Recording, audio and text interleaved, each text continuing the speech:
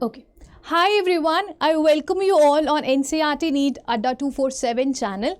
My name is शगुन और हम सुबह यहाँ पर मिल चुके हैं और मैं आपको बता चुकी हूँ अपने बारे में और केमिस्ट्री को कैसे पढ़ना है उसके बारे में। तो यहाँ पर फाइनली आज हम क्या करने वाले हैं, अभी इसमें मैं आपको बताने वाली हूँ कि जो रोड मैप है टू सक्सेस ऑफ पेपर वो कैसे हम अचीव कर सकते हैं। केमिस्ट्री वैसे तो इजी होती है अगर समझ आ जाए तो, बट सिंस हम उसमें एफर्ट्स नहीं डाल पाते हो क्योंकि आपने थोड़ी ज़्यादा मस्ती करी होती है या क्लास में ध्यान नहीं दिया होता है या बैकलॉग्स आपके रह गए होते हैं ड्यू टू XYZ रीजंस, तो हम उसको कैसे कवर करेंगे। अपने 1 मंथ हमारा पास बच गया है, 1 मंथ में कैसे पूरे बोर्ड्स के सिलेबस को कवर करेंगे वो पूरा रोड मैप मैं आपको देने वाली हूँ। आपके साथ मैं हमेशा खड़ी रहूँगी। You do not have to worry about anything.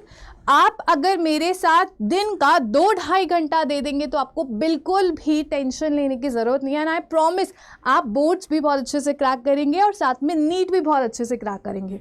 तो इर्रेस्पेक्टिव ऑफ आप क्लास 11th में हो, 12th में हो, ड्रॉपर में हो, और अगर आपको NCERT बहुत अच्छे से पढ़नी है, आपको लगता है कि NCERT का अभी मेरा कुछ पोर्शन पेंडिंग है या मैं उसको डिटेल में कवर नहीं कर पाया, तो मेरी नीट की परफॉर्मेंस या बोर्ड की परफॉर्मेंस में कोई प्रॉब्लम होगी तो उसकी फिक्र आपको नहीं करनी है। मैं यहाँ पे आपको पूरा डिटेल में बताऊंगी, ठीक है। तो यहाँ पर अगर हम बात करें, अभी जो हमारा मेन फोकस है इनिशियली, क्योंकि हमारा केमिस्ट्री का जो 12th का बोर्ड एग्ज़ाम है वो 27 फरवरी 2025 को है, तो हमारे पास 1 मंथ से भी कम टाइम बचा हुआ है।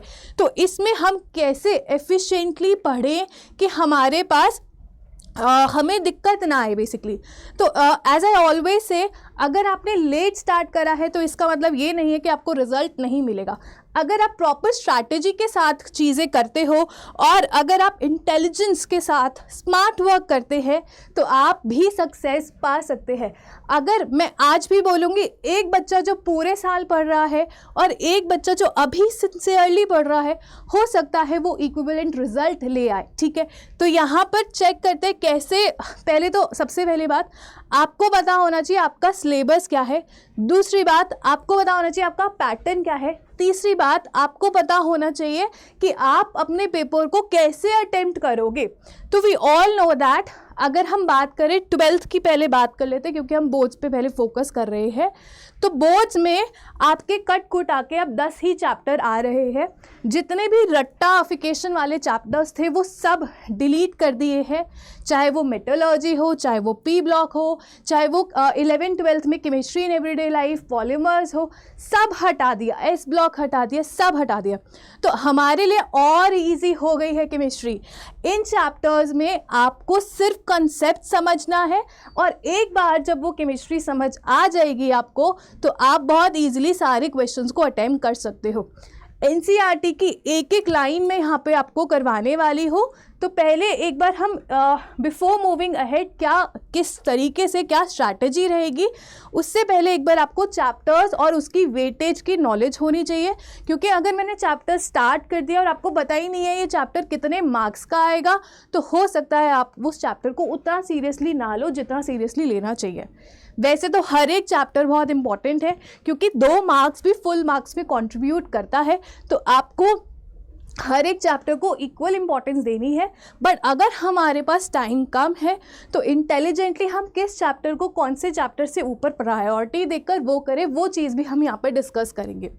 तो आपके 12th का सिलेबस बेटा ये वाला है, ये 12th क्लास का सिलेबस मैं आपको बता रही हूँ। पहला चैप्टर सॉल्यूशंस है, लिक्विड सॉल्यूशंस बेसिकली हम इसमें पढ़ते हैं। तो ये हमारे पास इसकी लाइव क्लास जाएगी एट 11 AM ऑन वेंसडे, ठीक है। तो ये क्लास आपको कल मिलेगी और मेरा फोकस सिर्फ थ्योरी एंड माइंड मैप पर ना होकर मेरा मोटिव है कि साथ के साथ में आपको बैक साइज क्वेश्चंस और इंटेक्स क्वेश्चंस और एग्जाम्पलरी क्वेश्चंस भी करवाऊं, ठीक है। तो हमारी पूरी कोशिश रहेगी कि सिर्फ थ्योरी पोर्शन पे फोकस ना कर हम क्या करें, हम क्वेश्चंस की भी प्रैक्टिस करें so that with in 2 days हमारा पूरा एक चैप्टर केमिस्ट्री का कंप्लीट हो जाए। तो मैंने अपनी जो क्लासेस है वो डेली रखवाई हैं। डेली जो क्लासेस रहेंगी मेरी मॉर्निंग 11 AM से 1:30 PM या उससे भी आगे अगर हमें स्ट्रेच करना होगा तो वो हम कर लेंगे डिपेंडिंग अपॉन कि हमारे सारा चीज़ कवर होती है या नहीं। तो ये मंडे टू सैटरडे आपको क्लासेस डेली मिलने वाली है, ठीक है। तो इस बात का ध्यान रखेंगे। मंडे वेंसडे एंड फ्राइडे को हम क्या करने वाले हैं, यहाँ पर हम चैप्टर्स की थ्योरी और उसी दिन उसी चैप्टर का आपको माइंड मैप भी मिल जाएगा, ठीक है। चैप्टर्स की थ्योरी और आपको उसी दिन क्या मिल जाएगा, उसका माइंड मैप, ठीक है। सो दैट जब नेक्स्ट मंडे का जो थ्योरी पढ़ा उसका रिवीजन करेंगे क्वेश्चंस के थ्रू ऑन ट्यूसडे, वेंसडे को जो चैप्टर पढ़ा उसका रिवीजन करेंगे थर्सडे, और सैटरडे को करेंगे हम फ्राइडे वाले चैप्टर का रिवीजन थ्रू क्वेश्चन प्रैक्टिस, जिसमें हम बैक साइज के क्वेश्चंस, इंटेक्स क्वेश्चंस वो सब कवर कर रहे होंगे, ठीक है। यहाँ पर इस क्लास में आने से पहले कोशिश करें कि आप माइंड मैप ज़रूर देखकर आएँ, तो ही इस क्लास के क्वेश्चंस आप कर पाओगे, ठीक है। कोशिश पूरी रहेगी कि आपकी यहाँ पर एनसीईआरटी की एक एक लाइन, क्योंकि वहाँ से क्वेश्चंस नीट में भी पूछे जाते हैं, वो कवर हो जाए। तो इनिशियल लेवल पे हम 12th का ही स्टार्ट करेंगे और आगे चलते चलते फिर हम 11th के बोर्ड्स का भी सिलेबस इंक्लूड कर बाय 27 फेब आपको कवर करवा देंगे पूरा 12th एंड मैक्सिमम 11th जो हमारा हो सकता है, सो दैट जब नीट में आप बैठो तो नीट में भी आपको कोई भी दिक्कत ना हो, ठीक है। तो यहाँ पर एक बार हम सिलेबस देख रहे थे, फटाफट एक बार देख लेते हैं। सॉल्यूशन चैप्टर्स से 7 मार्क्स के क्वेश्चन आते हैं, followed by next chapter electrochemistry, फिर केमिकल काइनेटिक्स, फिर DNF block, coordination compounds, haloalkane, haloarene, alcohol, phenol ethers, aldehyde, ketones, carboxylic acid, amines and biomolecules. तो मेजर पोर्शन आप देखिए 10 में से 5 चैप्टर्स तो ऐसे हैं जो कहाँ से पूछे जा रहे हैं आपसे, ऑर्गेनिक केमिस्ट्री। तो यहाँ पे आपको पता लग गया होगा how important is organic chemistry. अब पॉइंट ये आता है बेटा, ऑर्गेनिक केमिस्ट्री में बच्चों को दिक्कत इसलिए आती है क्योंकि 11th में उन्होंने GOC नहीं पढ़ा होता। अगर आपने GOC पढ़ लिया होता ढंग से तो आप बहुत ईजिली ये चैप्टर्स को कवर कर सकते हो, क्योंकि तभी आपको मैकेनिज्म्स आएंगे, तभी आप चीज़ों को क्वेश्चंस में अप्लाई कर पाएंगे और क्वेश्चंस अटेम्प्ट कर पाएंगे। तो if you do not know GOC तो कोई बात नहीं। अगर आपको ये भी नहीं बताना बेटा कार्बन क्या है, आप लाइव क्लास में आओ, आप कमेंट सेक्शन में बोलना कि मैम कार्बन क्या होता है, तो without judging, without any like डांट वगैरह मारने से अच्छा है मैं आपको ज़रूर बताऊंगी कि कार्बन क्या होता है, ठीक है। तो इतना बेसिक से हम चीज़ों को उठाएंगे और चीज़ें आपको बताएंगे। तो डू नॉट वरी, अगर आपका GOC या 11th का पोर्शन स्ट्रॉन्ग नहीं है तो इसका मतलब ये नहीं है कि आप ये नहीं कर सकते। अगर आप मेरे साथ जुड़े हुए हैं तो ये क्वेश्चंस, ये चैप्टर्स आप बहुत अच्छे से समझ सकते हो और क्वेश्चंस भी अटेम्प्ट कर सकते हो, ठीक है। तो हम मेजरली ऑर्गेनिक केमिस्ट्री पे तो फोकस हमें करना ही है, और फिजिकल केमिस्ट्री में सॉल्यूशन, इलेक्ट्रोकेमिस्ट्री, केमिकल काइनेटिक्स पर हमें बहुत अच्छे से न्यूमेरिकल्स की प्रैक्टिस भी करनी है, ठीक है। And then we have 2 chapters from inorganic, जिसमें DNF block and coordination compounds. Coordination compound is a very very beautiful chapter. एक बार समझ आ जाए तो बाकी चीज़ें बहुत ईजी लगती है। हाई वेटेज चैप्टर में आप इलेक्ट्रोकेमिस्ट्री देखिए 9 मार्क्स का आता है, साथ में aldehyde, ketones, carboxylic acid, most important chapter of organic chemistry. बहुत बड़ा चैप्टर है, ठीक है, लेकिन काफ़ी स्कोरिंग भी है अगर आपको समझ आ जाए तो ये हमारा क्लास 12th का सिलेबस रहता है। 12th के बाद हम क्या करने वाले हैं, 12th के बाद हम करेंगे क्लास 11th के ये वाले चैप्टर्स। 11th में आपके पास some basic concepts of chemistry, structure of atom, ये सारे फिजिकल केमिस्ट्री के चैप्टर्स हैं। Classification of elements is inorganic chemistry, chemical bonding inorganic chemistry, thermo physical chemistry, equilibrium हम फिजिकल केमिस्ट्री में डालेंगे। रिडॉक्स आप इनऑर्गेनिक में डाल सकते हैं। अनऑर्गेनिक केमिस्ट्री के 2 चैप्टर्स होते हैं। इन्हीं की बेस की बात करिए, अगर 11th में ये चैप्टर्स अच्छे से आते हैं तो आगे जाके आप 12th के चैप्टर्स बहुत अच्छे से कर सकते हो। बट फिर मैं बोलूँगी अगर आपने नहीं करा तो डोंट वरी, बट हाँ ऐसे भी ना हो कि आप बिल्कुल ही गुल हो। ठीक है, थोड़ी सी हिम्मत के साथ इन चैप्टर्स को मैं बोलूँगी कि आप रिकॉल ज़रूर कर लीजिए, सो दैट आप बहुत अच्छे से, आपको 12th का भी समझ आ जाए पोर्शन। ठीक है, ये चैप्टर बहुत ज़्यादा इंपॉर्टेंट है, बहुत बहुत ज़्यादा important from 11th class of perspective. 11 marks का ये चैप्टर आता है, बहुत इंपॉर्टेंट है। और यहाँ पर हाई वेटेज चैप्टर में structure of atom and thermo और इक्विलिब्रियम तो बहुत ही अच्छा चैप्टर है। आई नो यहाँ पे सबकी लंका बच जाती है, ठीक है, बट हम इक्विलिब्रियम को भी बहुत अच्छे से करेंगे, सो दैट नीट में आप बहुत अच्छे से अटेम्प्ट कर पाओ क्वेश्चंस को। ठीक है, ये तो हमने सिलेबस डिस्कशन कर लिया।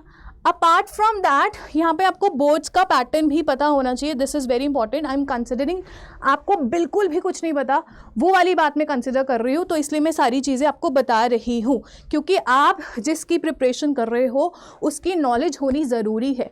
बिफोर गिविंग एनी एग्ज़ाम उसको कम्प्लीटली पता होना चाहिए कि भाई ये कितने नंबर का आता है, कितने क्वेश्चन, कैसे क्वेश्चन पूछे जाते हैं और कैसे इसको अटेम्प्ट करना होता है, क्या स्कोर होता है क्रैक करने का। वो नॉलेज अगर आपको नहीं है और आप तीर मार रहे हो अंधेरे में और सिर्फ प्रिपरेशन कर रहे हो, फॉर एग्जांपल अगर आपको बिल्कुल भी नहीं पता कि भाई ये पेपर कैसे आता है, तो आप पहले दूसरे चैप्टर को इतना इन डेप्थ पढ़ लेते हो कि आपको पता ही नहीं है कि भाई आगे वाले चैप्टर्स भी कंप्लीट करने हैं। समझ रहे हो मेरी बात?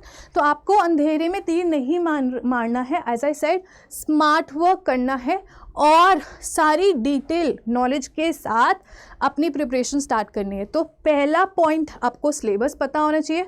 दूसरा पॉइंट आपको क्या पता होना चाहिए कि पेपर का पैटर्न क्या होता है, ठीक है। एंड तीसरा पॉइंट है कि आपको पेपर कैसे देना है, कैसे अटेम्प्ट करना है, वो पता होना चाहिए, ठीक है। कैसे अटेम्प्ट करना है, क्या चीज़ें होती है बोर्ड्स में, neat and clean paper, writing वगैरह, वो सब हम बाद में डिस्कस करेंगे। बट एक बार हम पेपर का पैटर्न देख लेते हैं। जो आपका पेपर होता है वो कितने मार्क्स का होता है बेटा? 70 मार्क्स। 30 मार्क्स का प्रैक्टिकल होता है, जिसमें आप प्रैक्टिकल परफॉर्म करते हैं। प्रोजेक्ट फाइल होता है आपका, फाइल जो बनाते हो उसका, वाइवा होता है उसका, सब प्रैक्टिकल 30 मार्क्स का जो होता है वो स्कूल वाले लगा देते हैं। सेटिंग वगैरह करके वो हो जाता है 30 मार्क्स का, ठीक है। बहुत ही अच्छा परफॉर्म करा है 30 आते हैं, ज़्यादा से ज़्यादा आपके 28 वगैरह आते हैं, ठीक है।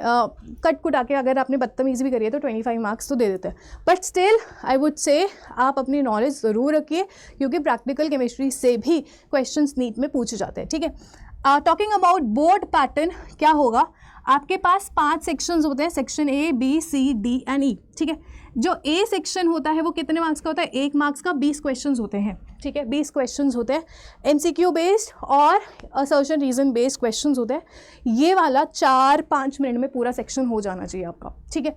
उसके बाद सेक्शन B आता है, जिसमें वेरी शॉर्ट क्वेश्चंस पूछे जाते हैं। 2 मार्क्स के हर क्वेश्चंस होते हैं, 7 क्वेश्चंस पूछे जाते हैं, तो ये 14 मार्क्स का हो गया, ठीक है, ठीक है। इसके बाद सेक्शन C जो है, short answer type questions, 6 questions 3 marks के पूछे जाएंगे, 18 मार्क्स का ये वाला पोर्शन होता है। फिर लॉन्ग आंसर टाइप क्वेश्चंस होते हैं, 5 मार्क्स के बड़े बड़े क्वेश्चंस पूछे जाता है। इसमें जनरली ऑर्गेनिक केमिस्ट्री पूछी जाती है कि A से B बन रहा है, B से C बन रहा है, तो सारे प्रोडक्ट्स बताओ, या स्ट्रक्चर एल्यूसिडेशन वाला टाइप्स जो क्वेश्चंस मैं आपको करवाऊंगी वो पूछे जाते हैं, ठीक है।